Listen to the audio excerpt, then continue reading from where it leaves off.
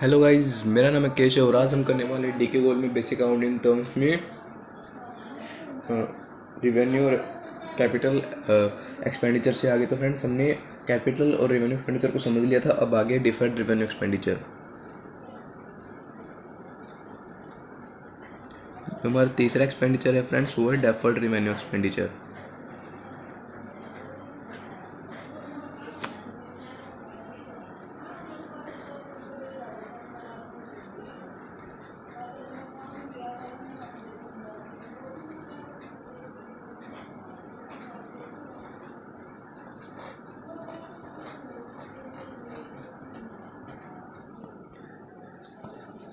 Friends, deferred revenue expenditure होता क्या, पहले तो हम ये समझते हैं। तो friends, there are certain expenditure which are revenue in nature but benefit of which is likely to derive over a number of years। Friends, nature तो इनका रिवेन्यू होता है, लेकिन इनका जो बेनिफिट होता है वो हम एक टाइम तक डिराइव कर सकते हैं, लंबे टाइम तक डिराइव कर सकते हैं। Such expenditure termed as revenue deferred revenue expenditure। The benefit of such an expenditure generally lasts between 3 to 7 years। तो फ्रेंड्स, इनका जो बेनिफिट है वो हम 3 से 7 साल के लिए ले सकते हैं, 3 to 7 years। मैं यहाँ पे लिख देता हूँ फ्रेंड्स टाइम पीरियड।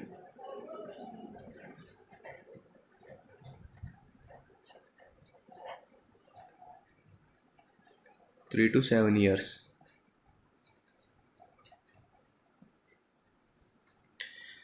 फ्रेंड्स, आगे क्या लिखा है कि ये as such the whole of such expenditure is not debited to profit and loss account of the current year but spread over the year for which the benefit is likely to last.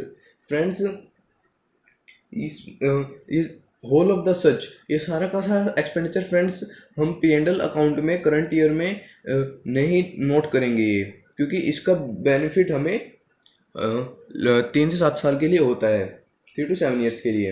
दस only a part of expenditure is taken to profit and loss account every year. तो friends, सिर्फ इसका एक part हम लिखेंगे P&L account में, and the unwritten portion is allowed to stand on the asset side of balance sheet. और जो friends जो अनरिटर्न पोर्शन है वो हम बैलेंस शीट में शो करेंगे।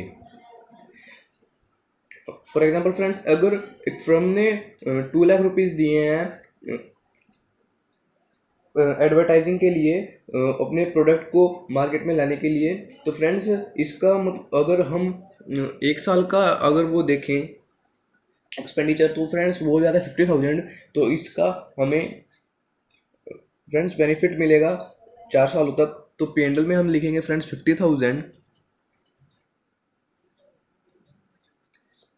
P&L में लिखेंगे फ्रेंड्स हम यहाँ पे 50,000,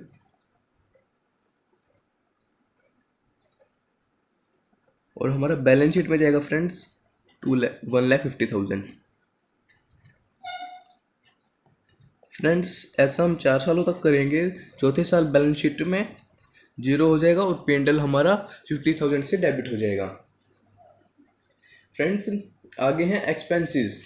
अब हम देखेंगे एक्सपेंसेस क्या होते हैं। जो हमारी अगली बेसिक अकाउंट में हुआ है एक्सपेंसेस।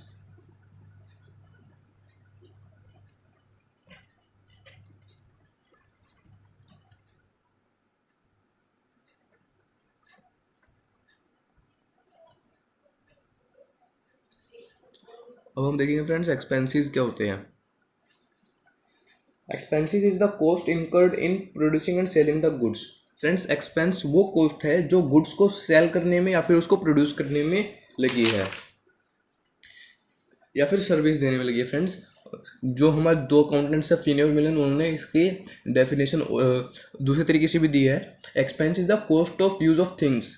एक्सपेंस फ्रेंड्स किसी भी थिंग को, किसी भी चीज़ को यूज़ करने के लिए जो कॉस्ट होती है वो होती है, और the service for the purpose of generating revenue, या फिर रिवेन्यू जनरेट करने के लिए जो सर्विस होती है वो एक्सपेंस होती है।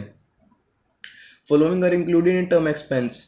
फ्रेंड्स, जो कुछ टर्म्स हैं जो कि हम एक्सपेंस में इंक्लूड कर सकते हैं, जैसे कि फ्रेंड्स हमारा एक हो जाता है cost of goods sold.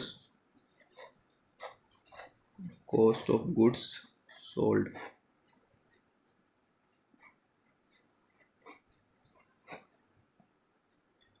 Friends, एक हमारा हो जाता है यहाँ पे amount paid for rent, commission, salary, advertisement.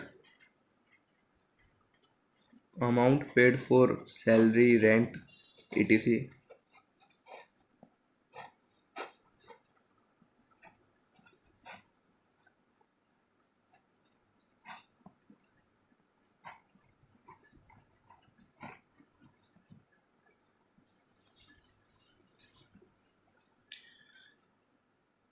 Friends, अब इसमें हमारे आगे जो बेसिक अकाउंटिंग टर्म्स है वो है एक इनकम भी हमारी एक अकाउंटिंग टर्म है, basic accounting term income. Income होती क्या है फ्रेंड्स, पहले तो वो देखते हैं। Friends, income is the different from revenue. Income और रिवेन्यू फ्रेंड्स डिफरेंट है। Amount received from sale of goods is called revenue. Friends, पूरी की पूरी जो सेल की अमाउंट होती है वो तो होता है हमारा रिवेन्यू, और जो उस पर कॉस्ट होता है वो होता है एक्सपेंस। लेकिन फ्रेंड्स, जो सरप्लस होता है इनका रिवेन्यू और एक्सपेंस, यानी अगर हम रिवेन्यू में से और एक्सपेंस घटाए तो वो हमारी इनकम हो जाती है। और for example the goods costing 4 lakh are sold for 5 lakh. तो फ्रेंड्स, इसमें अगर गुड्स की कॉस्टिंग फ्रेंड्स मैं यहाँ पे लिख देता हूँ, कॉस्टिंग ऑफ गुड्स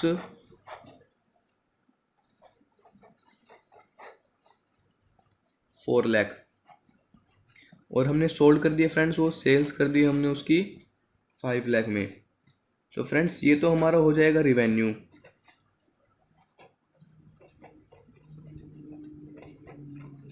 और फ्रेंड्स, इसमें से अगर हम कॉस्ट माइनस कर देंगे तो ये हमारा निकल आएगा profit.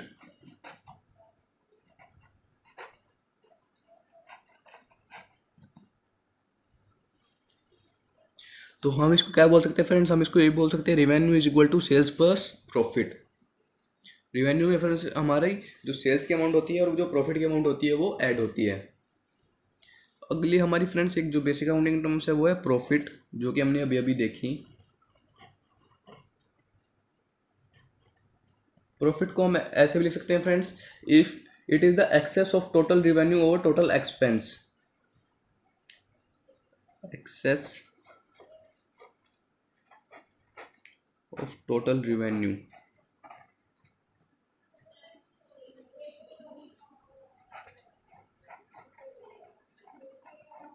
Total revenue over total expense.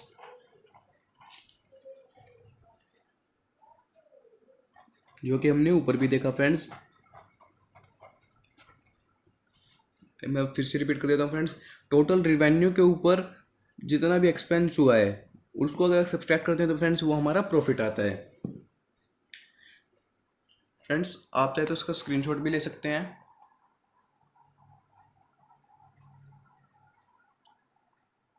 आज के लिए इतना है फ्रेंड्स, जल्दी मिलते हैं नेक्स्ट वीडियो में। Thank you.